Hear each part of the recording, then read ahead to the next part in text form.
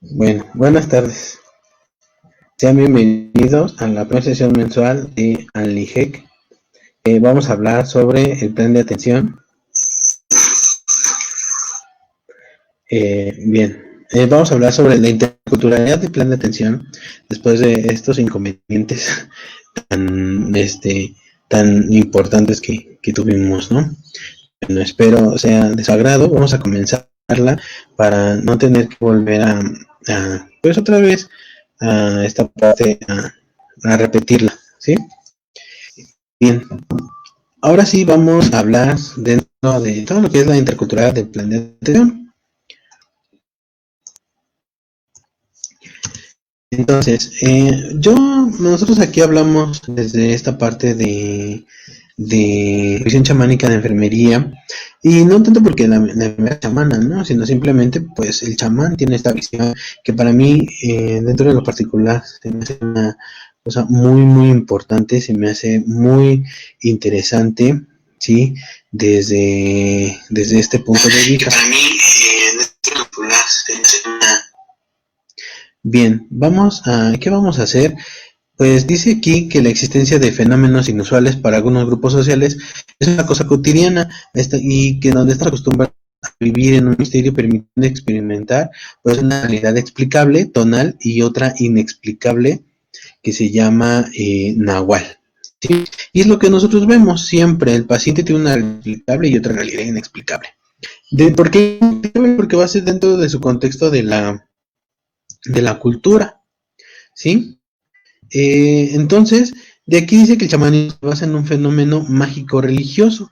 Nuestra sociedad, y más lo que nosotros nos vemos, pues estamos observando que si es una sociedad o si es un entorno religioso, porque pues está muy fundamentado dentro de nuestras creencias, ¿sí? Entonces, fíjense esta parte importante que nosotros como profesionales de enfermería también debemos de considerar fenómenos mágicos religiosos, ¿no? En los cuales los individuos lo perciben de una manera diferente al grupo social en donde ellos se estén desenvolviendo, y se adquiere la cultura. Y entonces, pues para esto el chamanismo, ¿sí?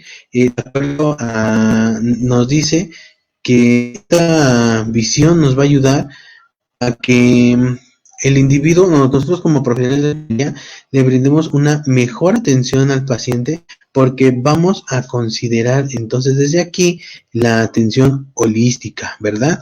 Porque vamos a estar viendo la parte espiritual también. Por eso dice que nos vamos a adentrar más allá de un fenómeno biológico, si nos vamos a adentrar a lo que es el poder sobrenatural. Entonces encontramos que para la enfermería, esta percepción del universo que van a poseer los individuos le va a ayudar a brindar una atención de verdad holística, pero intercultural. Con ello no quiere decir que la enfermera vamos a entrar en ese proceso de adquirir o de estar al 100% con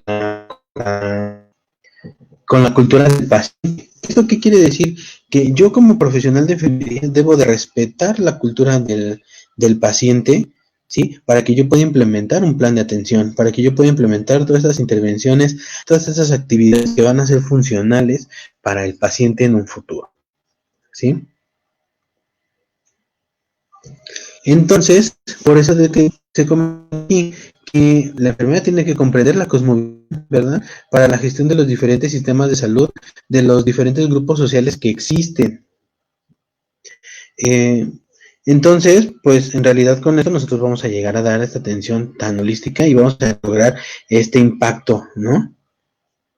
Que nosotros tanto deseamos en la sociedad mexicana, porque a veces, como les digo, que aquí encontramos pues a lo mejor agresiones hacia el paciente de que, ay, no, es que tu cultura, es que cómo vas a tener este pensamiento, cómo vas a tener aquello.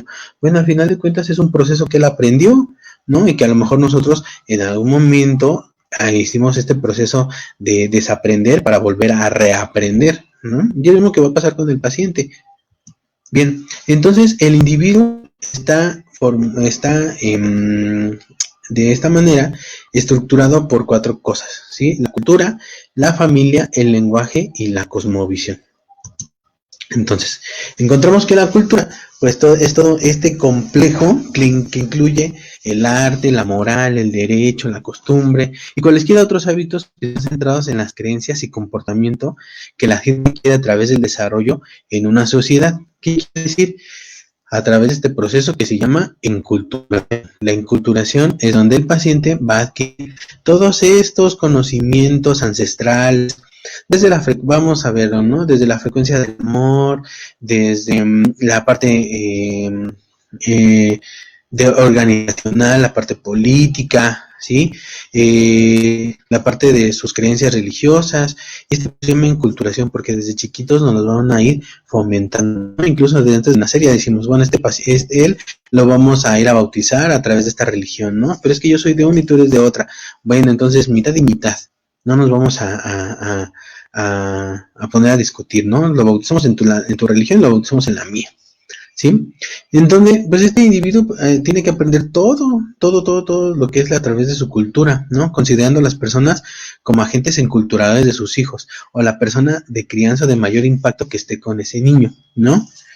Puede ser la abuela, porque a lo mejor puede estar presente mamá y papá, sin embargo, las personas de gran impacto es la abuela, perdón, ¿sí? O los abuelos.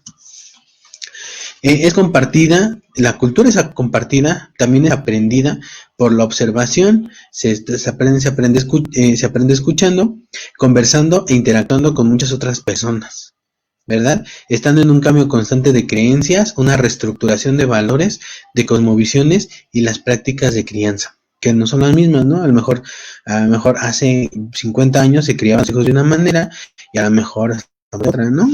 En donde a lo mejor antes era normal que te dieran con la chancla y ahora es normal no es normal de que te den con la chancla, pero que a lo mejor te lleven a la parte psicológica, ¿no? Es en cuestiones de enfoques. Muchos dicen, ay, es que sí le hace falta a veces un buen chanclazo al niño, pero es que ahora vemos, no es que no hace falta que le des un chanclazo al niño, ¿no? A lo mejor te falta comunicación, es que a lo mejor a lo mejor antes les faltaba controlar más las emociones, o a lo mejor ahora les falta también mayor control de emociones, ¿no? O sea, no sabemos exactamente por qué se está haciendo esta reestructuración, porque simplemente es la parte de la cosmovisión. A lo mejor dice, bueno, es que yo no quiero pasar otra vez los golpes se sienten muy feos, entonces yo no voy a golpear a mis hijos, ¿no? Entonces, y aquí vamos cambiando, eso por eso dice que es una reestructuración o esta parte cambiada o aprendida de todo lo que nosotros ya tenemos, ¿no? Entonces, la cultura también es simbólica. ¿Por qué? Porque todo lo que nosotros hacemos es un símbolo. Las palabras es un símbolo, ¿no? Nuestra postura es un símbolo. Las personas son un símbolo. Porque cada uno de ellos tiene un significado. Nos decía Carl Jung, ¿no? Dentro de, a lo mejor, la interpretación en su modelo, en su parte filosófica, hablaba sobre los sueños y que cada sueño tiene una interpretación, porque son símbolos que aparecen y tú le das un significado, una interpretación a eso. Es lo mismo que va a pasar aquí. Entonces, la comunicación, la cultura es verbal y no verbal, ¿no? Y que consiste en herramientas, utensilios, vestidos, ornamentos, costumbres, creencias, rituales, juegos y lenguaje. Por ejemplo, en Año Nuevo estamos acostumbrados a comer 12 uvas. Ese es un hábito, ¿no? O ese es un ritual. ¿Y para qué comes 12 uvas? ¿Sí? O también tomamos sidra. Y bueno, ¿y por qué exactamente en Año Nuevo la sidra? ¿O por qué tienes que hacer ¿por qué tienes que hacer esto? ¿Por qué tienes que hacer aquello? ¿Por qué tienes que hacer todos tus rituales? Pues simplemente es un proceso de cultura que tú ya aprendiste. ¿Y quién te lo dio? Pues te lo vienen enseñando desde generaciones más atrás. ¿Y por quién es reforzada? Por alguien significativo. ¿Quién es alguien significativo? Mamá, papá o simplemente una figura de que tú tuviste ahí, ¿no? Entonces, no es una colección de costumbres, ¿sí? Sino es un sistema que ya está pautado, es un sistema que ya está integrado, ya tenemos un sistema que ya está hecho y que nosotros a lo mejor no podemos salir de él.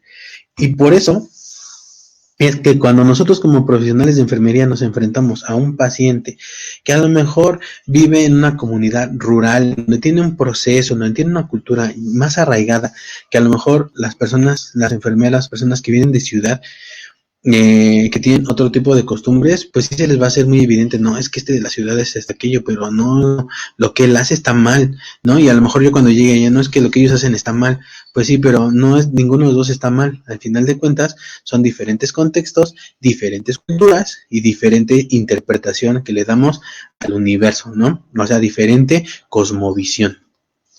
Entonces, aquí encontramos en este cuadro, sí, aquí hablamos sobre la interacción del individuo con la cultura y sus códigos de creencia, donde se aprenden, se representan y también se interpretan. Entonces, aquí vamos a observar, ¿sí? En esta parte en donde encontramos al individuo. Entonces, el individuo va a aprender que la cultura a través de un proceso de enculturación. ¿Y quién lo va a dar? Mamá, papá, los abuelos, personas significativas dentro de nuestra sociedad. Después, si la gente ya formó su cultura, entonces ahora se van a formar o va a existir esta representación mental, que son nuestros códigos de creencia. Estos códigos de creencia no son otras cosas que creencias que están reforzadas por alguien significativo. Por ejemplo, yo veía una película en donde había una chica que se iba a casar y tenía que ser virgen y pura, ¿no? Pero pues no lo hizo, tuvo relaciones antes del matrimonio, una persona que quería, pero se iba a casar con la persona que no quería, pero tuvo relaciones antes del matrimonio, quedó embarazada, le colgaron una olla con agujeros, una olla de barro con agujeros, en donde eso era el símbolo, y la iban a pasar por el pueblo, donde era el símbolo que ella no era digna como de casarse, ¿no?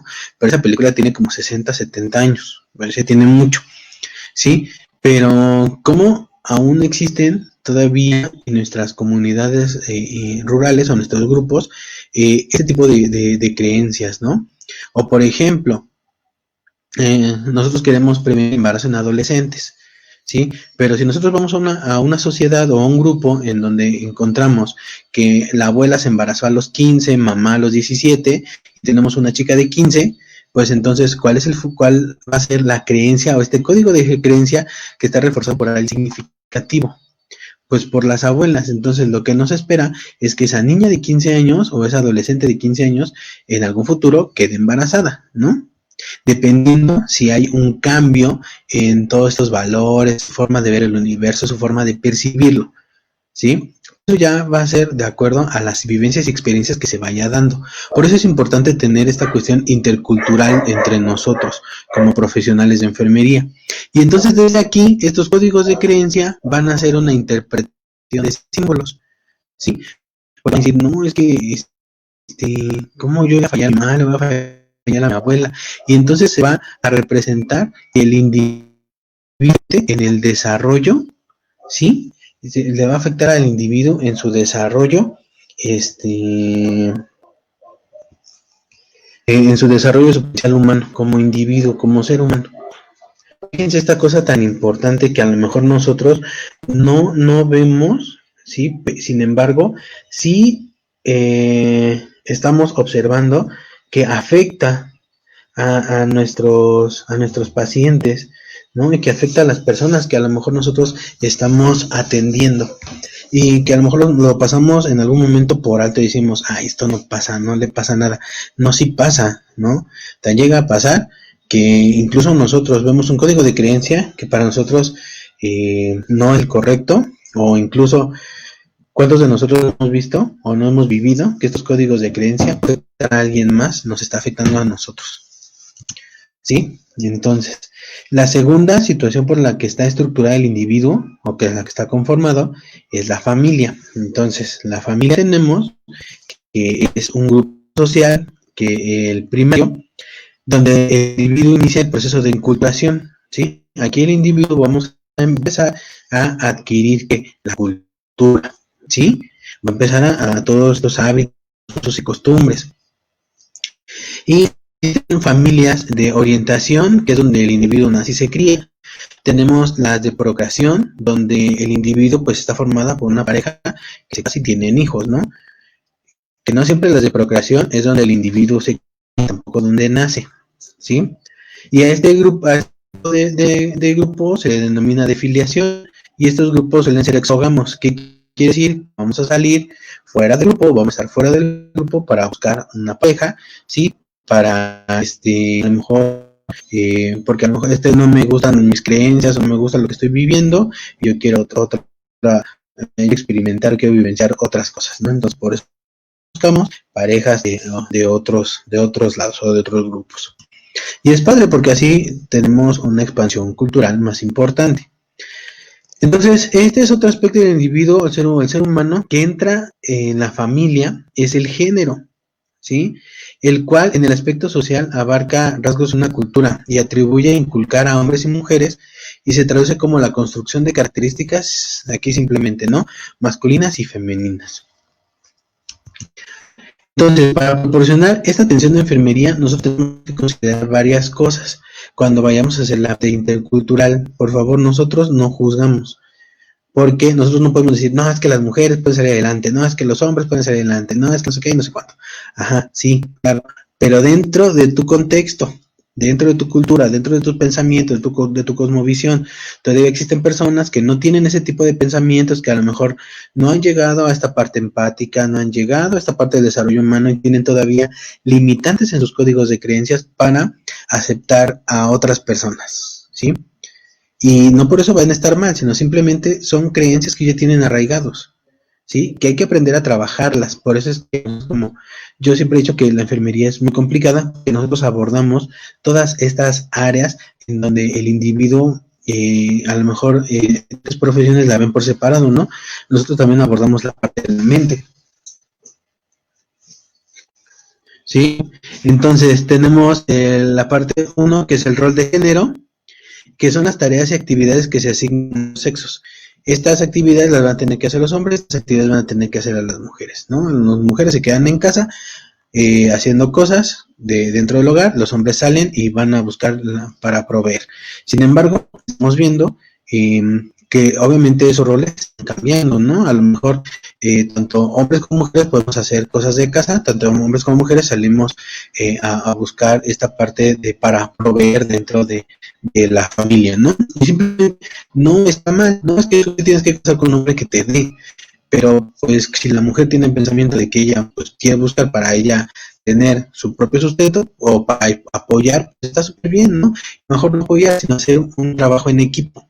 Sí, está súper bien, porque al final de cuentas es la manera en que ellos están haciendo una armonía, hay comunicación entre esta parte de la familia, ¿sí? Están trabajando porque se le están, se asignaron tareas, ¿sí? Y vamos a ver la otra, que son los estereotipos de género, son ideas asumidas sobre características de varones y mujeres. En donde estamos viendo que los hombres juegan con carritos, las mujeres juegan con muñecas, y ahora estamos viendo que los hombres también pueden jugar con muñecas y las mujeres también pueden jugar con carritos. En donde no solamente es necesario que las mujeres se vistan de rosa y los hombres de azul, sino simplemente la mujer se puede vestir de diferentes tonalidades de azul y el hombre se puede también vestir de diferentes tonalidades de rosa. No hay ningún problema, ¿no? Entonces, el hombre puede tener estas características, la mujer puede tener estas características, y sin embargo no debemos de juzgar, ¿no? Donde encontramos, ay, es que esta porque se viste así es esto, y esta porque se viste así es aquello. No, al final de cuentas, el profesional de enfermería no juzga, ¿sí?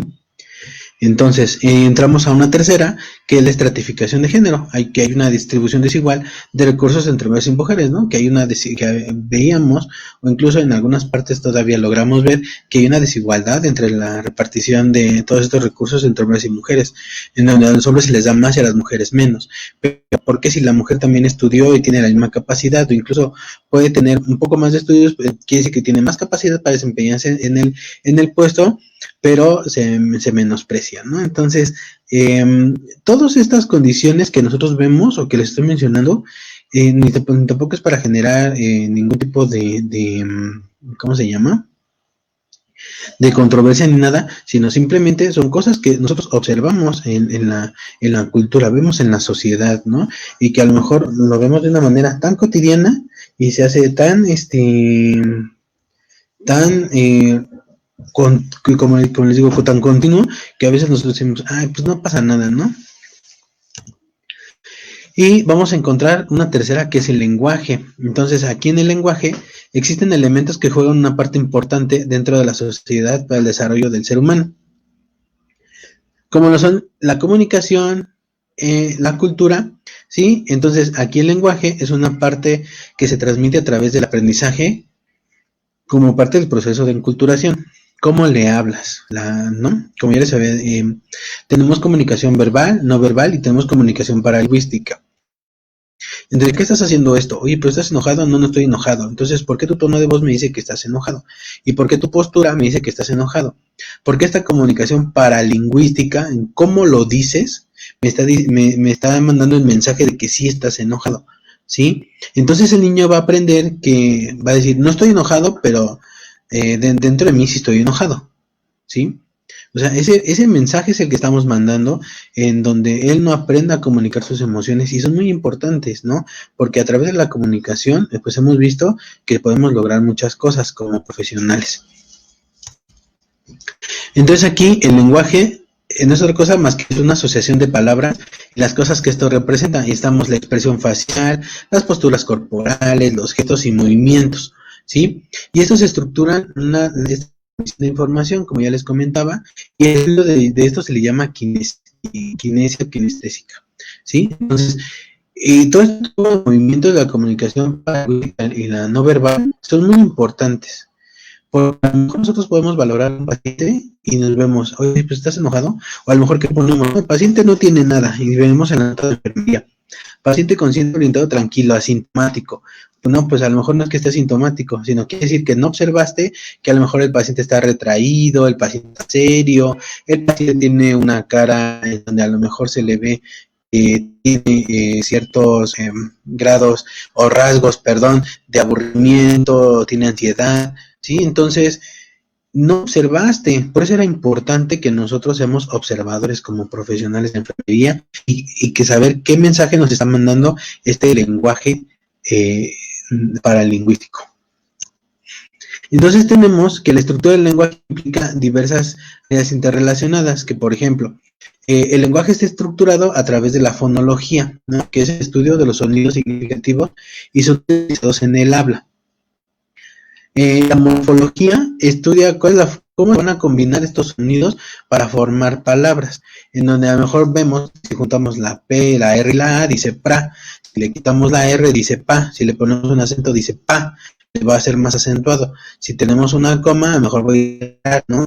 Sé cuánto tiempo y demás. Eso es la morfología.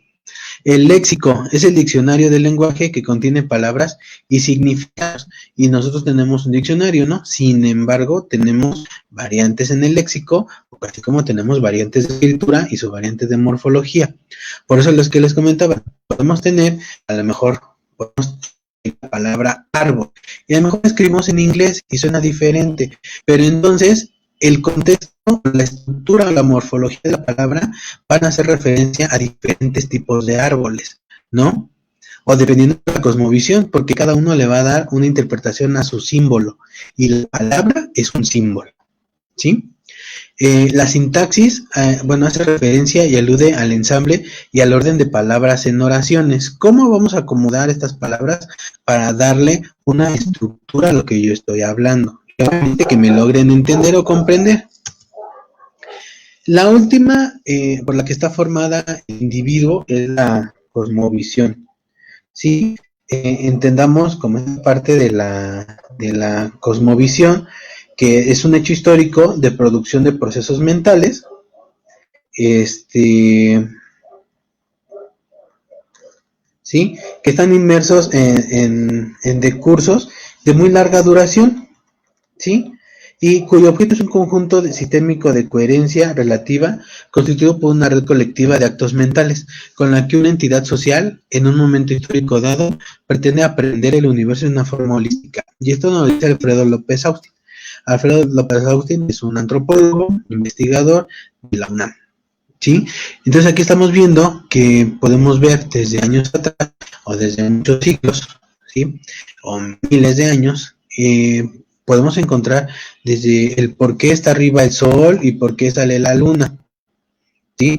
Y quién mueve y por qué cuando está el sol todo el mundo tiene actividad, pero ¿por qué cuando sale la luna y las estrellas no tenemos actividad y está todo más en silencio? ¿Por qué se oyen más sonidos? ¿O por qué las flores salen con más sol? ¿O por qué sale la lluvia? ¿No? ¿Quién la da? ¿Quién me la está dando? A lo mejor es un ser que es un ser supremo, es un ser divino, es alguien más que está más arriba de mí, o qué está pasando, ¿sí? Por eso es importante la cosmovisión. Johanna Broda nos dice que la cosmovisión es la visión estructurada en la cual los miembros de una comunidad combinan de manera coherente sus nociones sobre el medio ambiente en que viven y sobre el cosmos. Y obviamente que sitúan la vida del hombre, ¿no?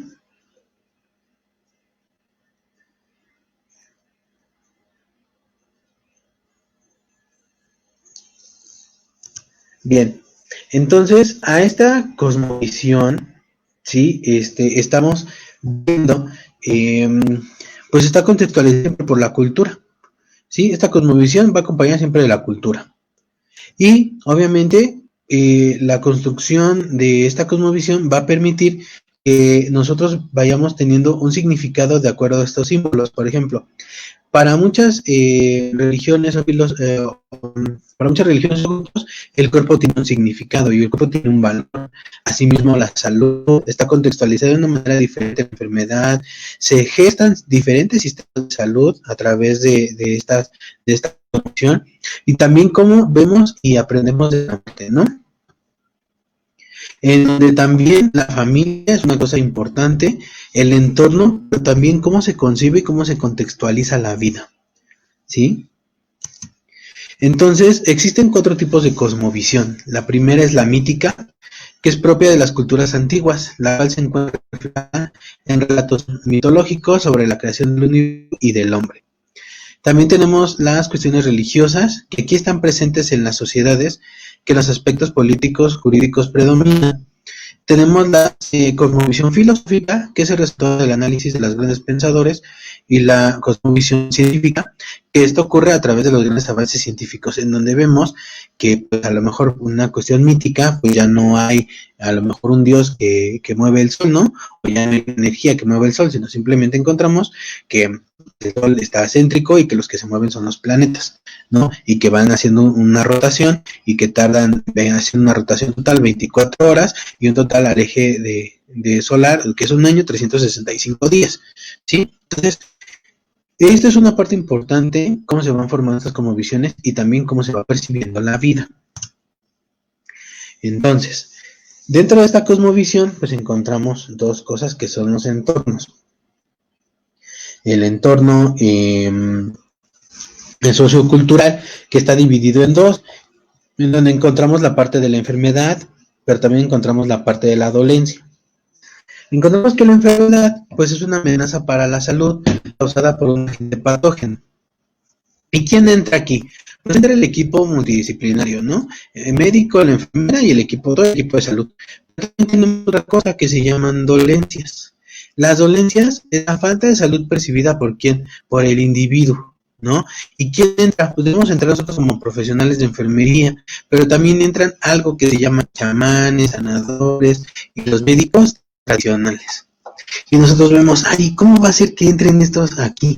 Pues a final de cuentas, ya les había comentado que dependiendo cómo el individuo perciba la salud, va a gestar o va a formar diferentes sistemas, ¿sí? Obviamente estos sistemas de salud pues van a estar liderados por una persona. ¿Quién es esa persona? Los chamanes, los sanadores y los médicos tradicionales, ¿sí? Estas personas que me van a ayudar a calmar estos males, estas dolencias. Entonces, aquí partimos de la medicina hegemónica, nos vamos a la medicina tradicional, ¿sí? Y la medicina tradicional, pues es esta parte de ese saber que ha permitido a la humanidad sobrevivir, enfrentar lo que desde siempre ha amenazado la integridad física, emocional, pero también espiritual de nuestro paciente, de nuestro individuo, ¿sí? Entonces, la dolencia, Kotak, en el 2011, también es un antropólogo de Estados Unidos, se concibe como una condición de mala salud percibida, una condición de mala salud percibida por un individuo, la cual se construye culturalmente. Y o también se puede como la forma de concepción de cuerpos sanos y enfermos es una construcción que varía con el paso del tiempo y el espacio, ¿no? Que a lo mejor vemos que a lo mejor un cuerpo llenito pues es un cuerpo sano, y vemos un cuerpo flaquito que es un cuerpo enfermo, ¿no? Eso es dependiendo la cultura, ¿no? Que a lo mejor decimos, bueno, es que está obeso y es que tiene bajo peso, bueno, pero al final de cuentas la cultura es lo que va a decir si está sano o está enfermo. Y por eso les comentaba, no debemos de salirnos como tal de la cultura, porque sí puede ser que esté sanito o aparentemente sano, pero nosotros como profesionales de enfermería tenemos que ver un poco más allá, ¿sí? Vamos a respetar su cultura, pero a lo mejor vamos a tomar estudios de laboratorio, vamos a hacer a lo mejor la medición de perímetros, de peso, talla, monitorización de signos vitales, y vamos a ver que pues no está sano, ¿no? Aunque para ellos físicamente esté sano, para nosotros dentro de la parte biológica no lo está, ¿sí? Y ¿qué creen?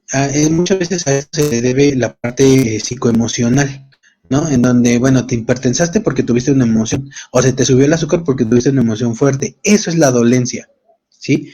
Eso es una dolencia, ¿sí? Entonces, fíjense esa parte importante. Eso es una dolencia. Es que te dio la presión por el susto, te dio el azúcar por el susto. Esa es una dolencia. Porque se construyó culturalmente, aunque sabemos de antemano que nosotros como profesionales de enfermería, que hay factores o hay condicionantes en donde pues el paciente va a desarrollar la diabetes y la hipertensión, ¿no? Entonces, aquí para que aprendamos a diferenciar lo que es la interculturalidad, por qué es tan importante que nosotros la implementemos siempre en un plan de atención. Entonces, existen tres posibles causas de las dolencias, ¿no? La primera son teorías personales, que se culpan a agentes maliciosos, tales como hechiceros, brujas, fantasmas y espíritus de los antepasados. Y aquí vemos muchas enfermedades de filiación cultural. Enfermedades de filiación cultural, como vemos el susto, el empacho, que se le salió el espíritu, se le salió el alma, o no sé cómo se llama.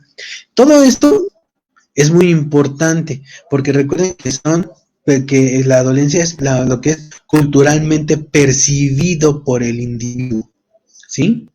Tenemos las teorías naturales, que por ejemplo aquí obviamente ya sabemos que hay un virus, bacteria, hongos y parásitos, que eso ya los conocemos. Y la tercera son teorías emocionales. Aquí es donde hablan sobre las experiencias de sentimientos como los causantes de los malestares, ¿no? Lo que les comentaba, es que por el susto se te subió el azúcar, es que por el susto se te subió la presión, no es que por una impresión fuerte, por eso te dio la glucosa, por eso te dio el azúcar, ¿no?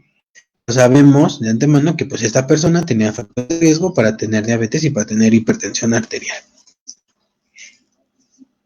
Por eso es importante involucrar toda esta condición holística de enfermería, tanto biológica, psicológica, social y espiritual, ¿sí? Porque a lo mejor podemos ver de que el paciente sí está bien, ¿no? De manera biológica, pero de manera psicoemocional pues está alterado, y entonces obviamente eso va a tener una repercusión en de salud, y que yo como profesional de enfermería estoy obligado a interactuar de esa manera, porque mi profesión dice que yo doy una atención holística, ¿sí? Entonces, Gonzalo Aguirre Beltrán, en su libro de Antropología Médica en 1994, nos dice que dentro del modelo indígena existen ajustes y desajustes, ¿sí? Dentro de los ajustes y desajustes tenemos a la salud y la enfermedad, ¿sí? Bien. Entonces, un ajuste es salud y un desajuste es la enfermedad. Y estos desajustes pueden ser de dos tipos. Puede ser un desajuste físico o puede ser un desajuste social. Y eso es importante, un desajuste social, claro, ¿no? Porque es que por tu culpa me dio esto, por tu culpa me dio aquello, es que se casaron entre primos y por eso llegaron los niños así. Bueno, a final de cuentas no es que haya habido problemas de que se casaran entre primos y haya nacido el niño así, ¿no? Sino simplemente pudo haber un factor que desencadenó de que ambos primos tuvieran ese gen recesivo y este gen pues salió, ¿no? Entonces, son condicionantes y son cosas importantes que nosotros sí debemos de considerar en la atención de enfermería, y no para sacarlos de la ignorancia, porque a final de cuentas todos somos ignorantes en algún grado, ¿sí? Sino simplemente apoyar al paciente para que todo lo que él haga sea lo mejor posible, ¿sí? Para reestructurar y para dar este equilibrio o para llevar al ajuste de su condición, ¿sí? Tenemos el equilibrio y este equilibrio que él marca sobre la parte de Aguirre Beltrán, que marca sobre la salud, son dos tipos de mecanismos. Uno que es el mecanismo de genética y donde encontramos los antecedentes heredofamiliares, en donde sí tenemos que, sí es importante que si tuve padres, abuelos con diabetes, hipertensión arterial, que puede ser que sea un factor de riesgo importante para que yo tenga hipertensión y diabetes, ¿no? Pero otra cosa tenemos la cultura, ¿sí? Y dentro de la cultura, ¿cómo está la cosmovisión? ¿Cómo está formada? Desde que lo vemos, desde cómo esa persona percibe su cuerpo, cómo percibe su salud, cómo percibe su enfermedad, cómo percibe la muerte, ¿no? Incluso, ay, si me va a dar, pues que me dé, de todas maneras me voy a morir, ajá, pero ¿cómo quieres morir, no? ¿Cómo, también incluso también es esta una parte importante de la cosmovisión, ¿cómo quieres morir, sí? Sí te va a dar, pero sabemos que no te vas a dormir en tu casa, ¿no? A lo mejor tener un pie diabético, puedes tener desarticulaciones por partes pequeñas de tu cuerpo, ¿sí? Y vamos a empezar, ¿no? Que a lo mejor vamos a ver un pie diabético, vamos a empezar con un dedo, con un ortejo, después nos vamos a seguir con el pie, nos vamos a seguir con la pierna, vamos a seguir con la rodilla, vamos a seguir incluso con toda la extremidad hasta que llegues a lo mejor a tener una sepsis y mueras, ¿sí? Pero entonces de aquí viene parte importante de la cultura, cómo percibe él su cuerpo, ¿sí? Si para él su cuerpo es un ente o es una guarida donde por cuestión religiosa, él lo tiene muy arraigado y dice que en él le habita seres mágicos y demás, y que él tiene que cuidarse, pues entonces se lo va a hacer. Por eso son dos cosas importantes que él marca para establecer un ajuste, ¿no? Y obviamente para que ocurra de estos desajustes y dentro del modelo indígena que marca Gonzalo Aguirre Beltrán. Entonces, encontramos que la enfermedad tiene que ver, o la enfermedad se va a dar dentro de este modelo indígena, por estímulos del ambiente, y que nosotros ya lo sabemos, ¿no? Que son tres cosas que actúan o la tríada ecológica que me van a favorecer o que van a predisponer que aparezca una enfermedad, ¿no? Que vemos el medio ambiente. La respuesta por parte del huésped y otra cosa que él marca y establece muy bien, que es la cultura. Y lo estamos viendo en el COVID. Una persona, por personas que no se cuidan, personas que no se cubren, personas que tienen esta idea de si me va a dar, me va a dar. Incluso conocemos casos o hemos visto casos, ¿no?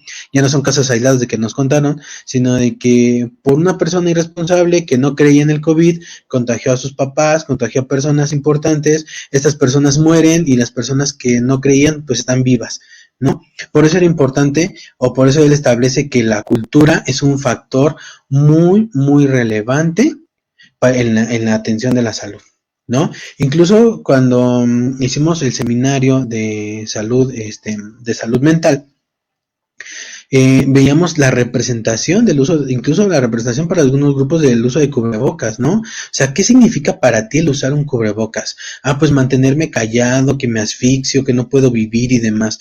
Entonces, yo no quiero mantenerme callado y es una cuestión cultural, ¿no? O sea, porque al final de cuentas tú lo aprendiste.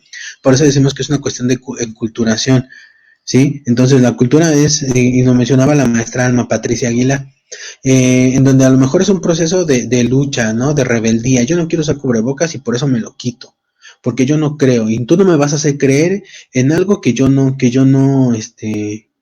necesito. Entonces, por eso no uso el cubrebocas. O nos confiamos, ¿no? Cuestiones culturales. Ah, este se ve sano, pues no tiene nada, ¿no? O sea, son cuestiones simplemente, son símbolos, ¿no? O sea, este no tiene nada, veo que no está enfermo, no tiene tos, no tiene nada y pues, no tiene el virus, ¿no? Entonces me lo pongo. O por ejemplo, ¿cómo pueden decir que son enfermos portadores, ¿no? Si o enfermos no sintomáticos. Si no está sintomático, no está enfermo. No, es por el simple hecho, como les decía, la parte de la ignorancia y el desconocimiento, ¿no? Y a lo mejor ellos no saben que son portadores asintomáticos, ¿sí? Y tenemos ya como tal personas enfermas que van a desarrollar todo este cuadro o toda la sintomatología, ¿sí?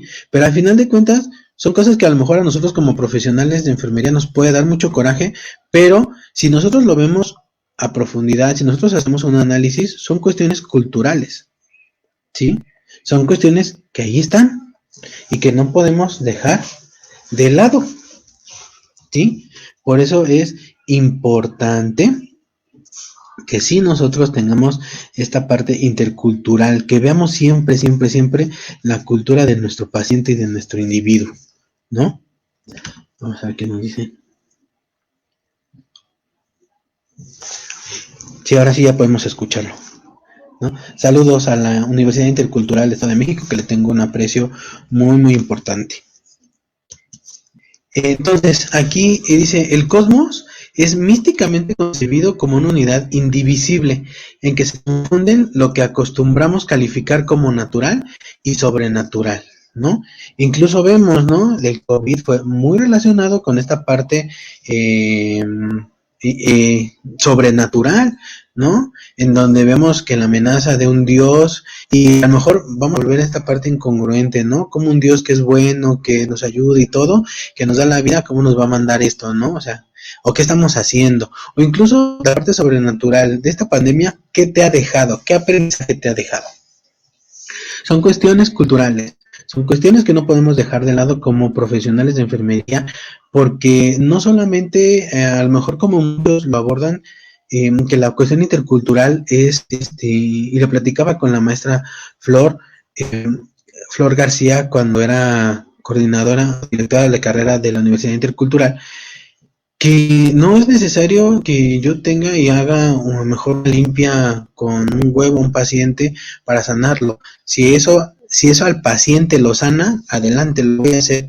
Pero yo como profesional de enfermería, con mis conocimientos que también están formados, ¿sí? Que mis conocimientos científicos, también voy a interactuar. Bueno, sí, el paciente a lo mejor lo puedo limpiar con un huevo para que se sienta bien, porque es su dolencia, pero dentro de la enfermedad voy a empezar a realizar otro tipo de intervenciones, otro tipo de acciones, ¿sí? Y eso es por eso le tengo un gran aprecio a la Universidad Intercultural, porque pudimos aprender muchas de estas cosas en donde sí los alumnos se forman de una manera científica, pero también se forman de esta parte intercultural, en donde aprenden estas dos vertientes del tratamiento de las enfermedades, ¿no? Donde aprenden técnicas o técnicas interculturales, pero también aprenden esta parte, la formación científica de la enfermera, ¿no? Bien, entonces nosotros como profesionales de enfermería hacemos un acompañamiento, y este acompañamiento pues no es otra cosa más que el apoyo brindado durante el desarrollo del potencial del ser humano, fungiendo como guía en el proceso de cuidado. ¿Por qué como guía? Porque el individuo ya tiene las herramientas y yo como profesional de enfermería voy a estructurar estas piezas o le voy a dar funcionalidad a estas herramientas para que el individuo ahora sí logre impactar en su salud. ¿Sí? Bien. Dentro, pues, vamos a poner un ejemplo de cómo podemos hacer esta intervención intercultural con una dolencia, con una enfermedad de filiación cultural, que es el empacho. Entonces, el empacho, tomado del Diccionario Real de la Academia, pues no es otra cosa más que tenemos que es la indigestión de la comida. Y como indigestión tenemos que es un trastorno que padece el organismo cuando es un alimento o alguna sustancia que no se digiere o se digiere con dificultad, ¿no? Y es por eso que empieza la distensión abdominal y bueno, y todos los signos y síntomas que ahorita vamos a ver. Entonces, la epidemiología afecta a todas las personas sin importar edad, género o grupo social. Todo el mundo puede estar empachado, sí, todos. Pero aquí una cosa muy importante, el empacho afecta a personas más de origen hispanoamericano. Aquí es una parte importante, ¿por qué afecta a las personas más hispanoamericanas? Porque a final de cuentas tenemos casi la misma cultura, de estas enfermedades de filiación cultural, ¿no? A lo mejor algunos le llaman empacho, otros le llaman que se le pegó algo en la panza o que se le pegó algo en el intestino, pero a final de cuentas tenemos la misma creencia. ¿Sí? Denominada de una manera diferente y se va a curar de una manera similar, con diferentes ingredientes, pero se va a curar similar, ¿sí? Entonces, fíjense cómo estamos entrando ya ahora a la parte intercultural. A lo mejor para nosotros le pueden llamar, es una gastroenteritis, ¿no? Pero si la persona dice, mi niño está empachado, el niño está empachado. Y no me quita absolutamente nada ir y que la mamá haga todo este procedimiento para que le curen el empacho. Sin embargo, tengo que valorar al paciente de una manera integral para determinar el grado de deshidratación, el grado de dolor, a lo mejor si tiene una oclusión intestinal, a lo mejor si tiene ya eritema por tanta diarrea, ¿sí? O empezar mis planes de hidratación ABC de acuerdo a lo que yo esté valorando. No son, por eso es la interculturalidad, porque yo voy a empezar a trabajar con estas dos partes. Voy a trabajar con la cultura de la mamá, que no me quita absolutamente nada, e incluso puede ser que yo sea un poco empático, puede ser que tenga la empatía. ¿Y qué creen? Que la mamá va a decir, no, yo quiero que me atienda esta enfermera, quiero que me atienda este enfermero porque él es muy bueno, pero no es muy bueno porque hace estas cosas, sino es muy bueno porque es empático, porque me cree, ¿sí? Y la causalidad, pues la calidad de la ingesta, que hay una ingesta excesiva, oportunidad de la ingesta, que a lo mejor no come a sus horas, condiciones de comportamiento antes o después de la ingesta, ¿no? Por eso les señalo lo importante, ¿no? La cuestión psicoemocional desde que el paciente está ahí comiendo, ¿no? O incluso vemos en los lactantes, pues la salida de los dientes, como producen mucha saliva, esa saliva se la van dando porque no la saben escupir, ¿sí? Y vamos a hablar de manera técnica, si alorrea, en donde pues el niño va a empezar a producir exceso de saliva simplemente por los dientes y se le va a empezar a tragar. Entonces ahí puede causar dos cosas. Un empacho seco, que puede ser estreñimiento, o un empacho húmedo, que puede ser por diarrea. A lo mejor para nosotros así lo vemos, simplemente es estreñimiento o simplemente es diarrea, ¿sí? Pero para la mamá, y nosotros a lo mejor lo vemos que tiene una gastroenteritis o una oclusión intestinal, pero para la mamá está empachado, ¿sí? Si la mamá lo quiere curar de empacho, pues ¿sabe qué, señora? Pues sí lo podemos curar de empacho, pero ¿qué cree? Su niño está muy deshidratado, entonces tenemos que empezar primero a hidratarlo y después lo curamos del empacho, ¿sí? Porque si no, podemos tener otras consecuencias, hay que correr y no queremos que el niño se deteriore, entonces primero lo vamos a hidratar con esto y después lo curamos del empacho, ¿le parece? Ok, perfecto, sin ningún problema. Y lo hemos visto porque sí hay. Mientras tú tengas empatía con el paciente, respetando su cultura, el paciente se va a integrar, ¿no? Porque ¿qué es lo que pasa? A veces los queremos meter a un sistema de salud que a nosotros ya nos han marcado tanto, ¿sí? En donde solamente tenemos esto, pero pues no nos damos cuenta que también tenemos más cosas afuera, ¿no? Y a veces eso es lo importante, porque nosotros queremos meter al paciente a fuerzas aquí, y que haga eso, pero pues si ve en contra de sus propias creencias o incluso de su integridad como individuo, como ser humano, el paciente no lo va a hacer. Y por eso les reafirmo, ¿de dónde viene todo esto? Desde la Constitución, desde nuestros derechos humanos, ¿sí? Y si aquí nos vamos más arriba, a tratados internacionales de los derechos humanos, ¿no? Que son reforzados por el artículo primero de la Constitución Política, el artículo segundo que tenemos de la Constitución, en donde dice que puedo tener un libre ejercicio de mi cultura, ¿no? Y el artículo número 4, que para hombres y mujeres, para el Estado son iguales para recibir atención de salud. Entonces, si todos somos iguales y tengo derecho a expresar una cultura, pero también tengo derechos humanos, ¿por qué no puedo expresar mi simple creencia de que el niño está empachado? ¿Sí? Entonces, por eso es importante establecer esta cuestión de la interculturalidad, para que nosotros a lo mejor podamos tener una mayor comprensión de la dimensión que podemos llegar a estar tratando con el paciente, ¿sí? Dentro de la sintomatología encontramos la diarrea, la ausencia de apetito, la cefalea, los vómitos, el dolor abdominal, la distensión abdominal, fiebre, náuseas, agruras entrecomillado, pues sabemos que se llama pirosis, y la fatiga. Entonces, aquí ya vemos que nuestro paciente tiene esta sintomatología y que puede tener empacho seco, empacho húmedo. ¿Qué vamos a hacer nosotros? Si yo hago una valoración exhaustiva, o como yo como profesional de enfermería, encontramos que pues tengo el patrón, vamos a hacerlo por patrones funcionales, ¿no? Tengo el patrón de eliminación, percepción, manejo de la salud, en donde puedo tener mi diagnóstico de diarrea, mi diagnóstico de estreñimiento, o puedo tener dolor agudo relacionado con agentes lesivos manifestado por cambios en el apetito, gestos de protección y expresión facial, ¿no? ¿Puedo hacer esto? Claro que lo puedo hacer. ¿Por qué? Porque son necesidades que el individuo tiene, o son cosas que el individuo ya tiene alteradas, ¿no? Dentro de sus esferas biológica, psicológica y social.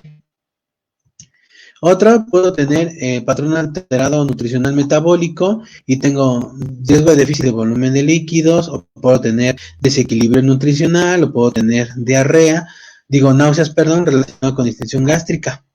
Entonces, aquí están mis diagnósticos de enfermería para el empacho, pero no específicamente para el empacho o la gastroenteritis, porque recuerden que nosotros como profesionales de enfermería no vemos enfermedades, nosotros vemos al individuo y sus necesidades. Entonces, si estoy encontrando que estas necesidades son las que se encuentran alteradas, ¿sí? Si estoy viendo que aquí es donde yo puedo intervenir, pues lo voy a hacer.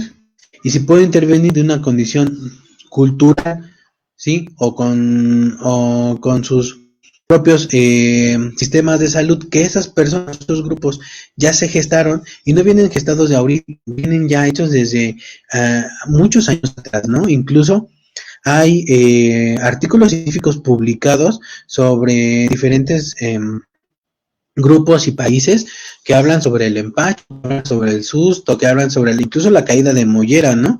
Y que a lo mejor por una cuestión son cuestiones socioculturales, pero para lo mejor nosotros vemos que es un signo de deshidratación. Ok, perfecto, sí es un signo de deshidratación, pero hay que ver el contexto sociocultural de por qué se le cae la mollera al niño, ¿no?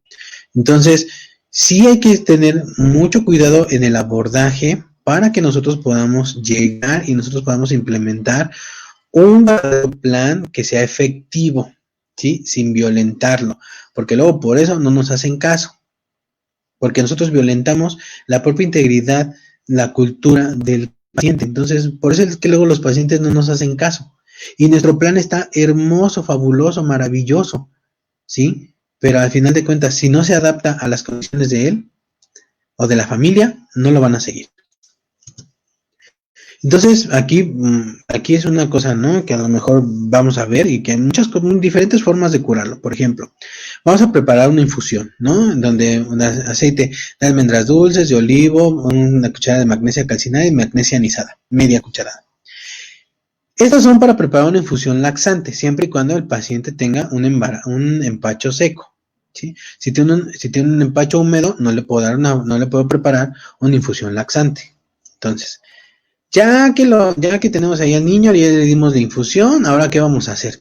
Pues vamos a con el pan, con la pomada, o incluso otros utilizan lo que es mantequilla y demás, porque le va a dar calor, y vamos a dar masajes de forma circular de arriba hacia abajo y se soba con el pan puerco.